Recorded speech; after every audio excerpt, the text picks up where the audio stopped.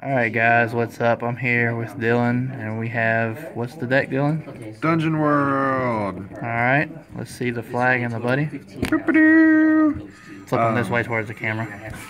Thank you. I have Adric as my buddy, only because I don't have another Tetsuya or Drum, whichever one, I don't really care. As my grade 2s, I run 4 Brave Drum because he's super duper awesome. He gets Soul Guard, on call, gauge 1, throw a card into the soul from the top of your deck. He gains Soul Guard, well he has Soul Guard, and Penetrate whenever you attack. Rock, paper, scissors, if you win you get Penetrate. He's super duper awesome. I run him at 4. Yep.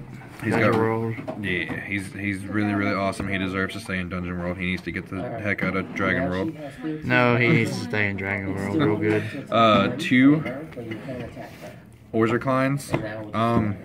Really doesn't need to be at any more than 2, in my opinion. I tried him at 3 and 4, but man, his ability is act. You can put an adventure or a dungeon enemy from your drop zone on the bottom of your deck in any order. If you do, put the top card of your deck into your gauge and draw a card. You can only use it once per turn. So he's good, but there's no reason to run him at 4. I don't think. I know a lot of people do, but man, I think he's just fine at 2. He's more of a situational kind of thing anyway. Unless you run a good split on enemies and adventures, you're not even going to get to use them that often. So running him at 4 is an overkill unless you're going 50-50 split on the monsters. Yeah, he's pretty clutch when he goes off though. Size 1s, we're running 4 Tetsuya because he's the most broken card in Dungeon World. His ability is whenever he link attacks with another adventure, choose that and stand it back up, double attack pretty much. So link attack, give another adventure double attack. He's super duper awesome. Yeah, he's the best card in the deck. MVP, super great. Alrighty, let's go on to the next one, which is 4 Adric, the buddy. A lot of people run this guy like 2 to 3. I like him at 4.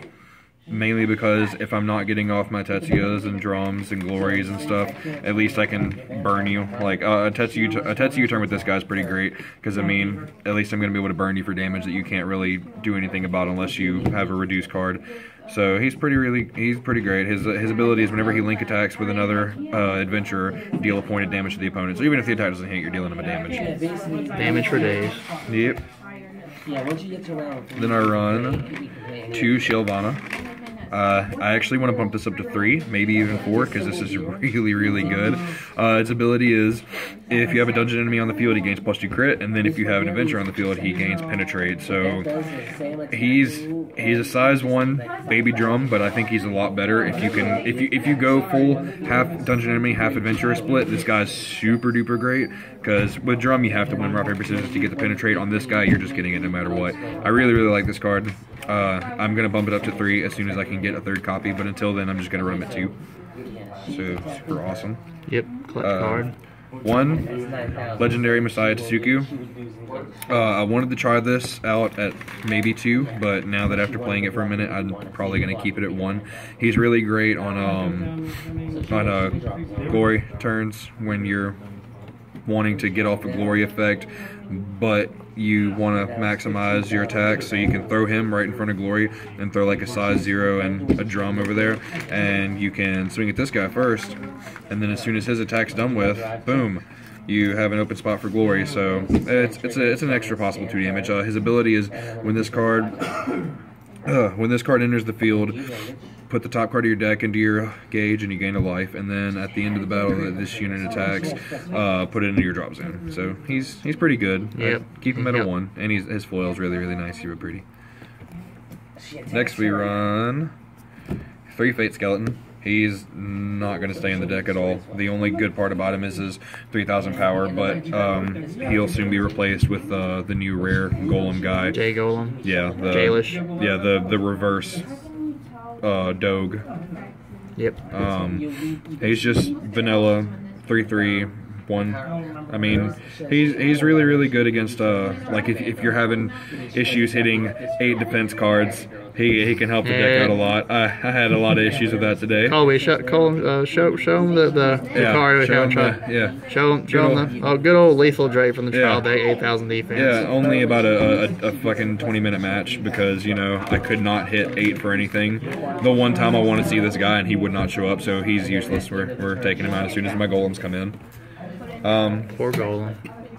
3 golem. Oh, I thought you said. Well, I'm running 4 golem. I'm running 4. Doge. Doge is Doge.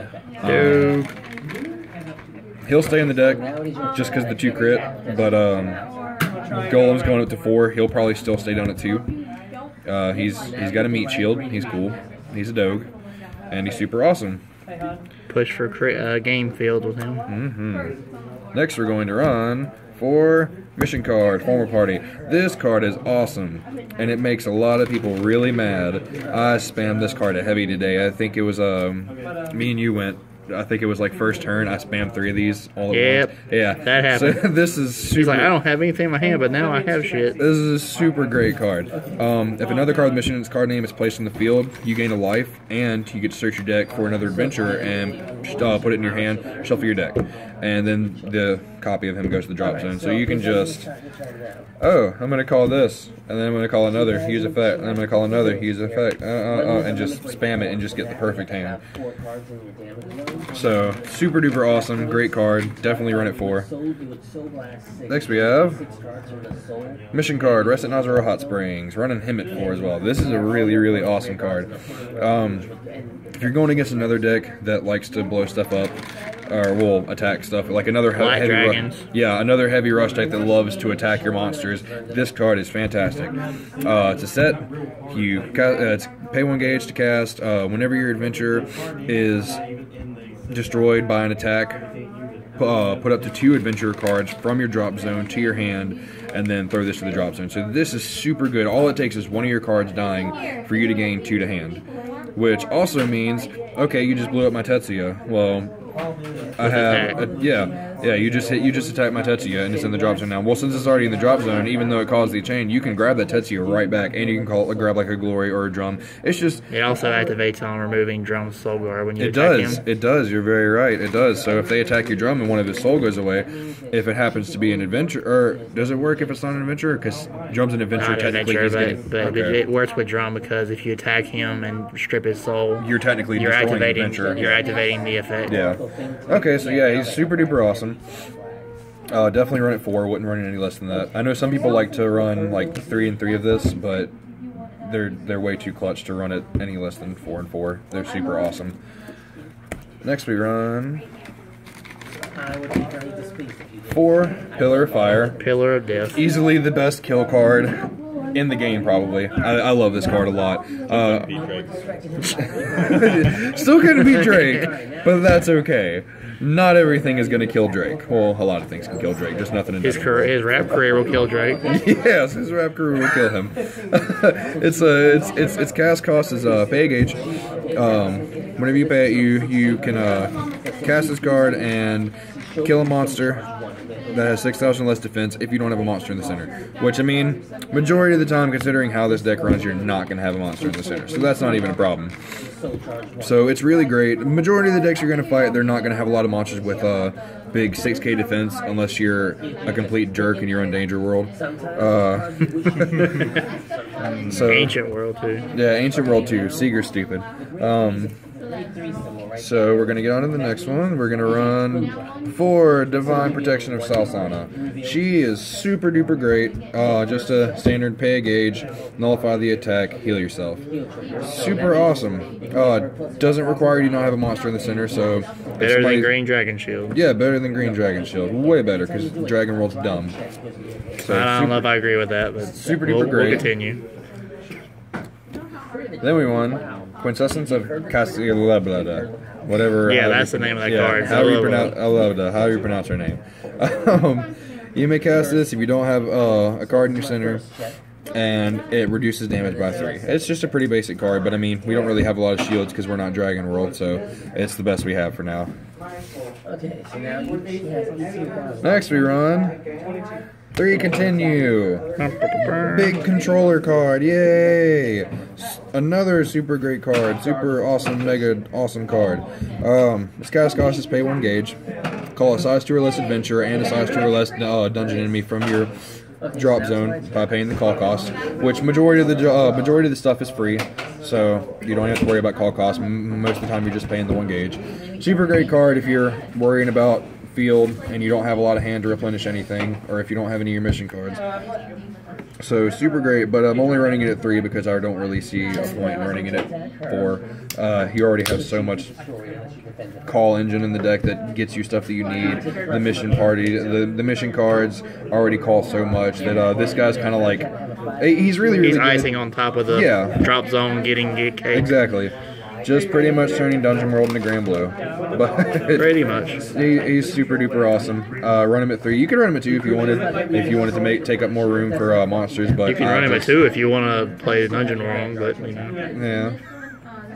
But super duper great. I like him a lot.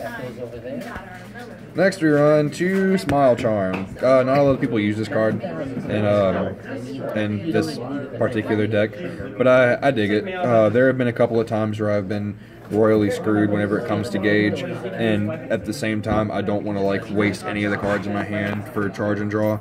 Especially seeing how your nullified cost a gauge. You yeah, definitely. She's just a caster. She's free. Put the top card of your deck into your gauge and gain a life. I mean, it's a really great card. I only have 2, so I'm only running it at 2. I possibly want to run it at 3, maybe 4, depending on how the deck goes. Possibility. If I ever feel like I want to run more than 50 cards in the deck, it'll probably go up. I can't really think of many things that I would take out for this. I might drop 1 continue for 1 more Smile Charm, just because as good as continue is, I don't use it as often as I'd like, but I could always use more stuff like this. Also, you could, if you didn't want to use, where is he at? If you didn't want to use this guy, he basically does the same exact thing, except he's a monster. So, I mean, depending on how you play the deck, you could run the mix like I do, or you could run 3 of him or 3 of this. Yep. But, same exact thing, just a monster. Next we run the super awesome, mega cool card. Yeah, Glory Seeker. This card saved my butt like 5 times today.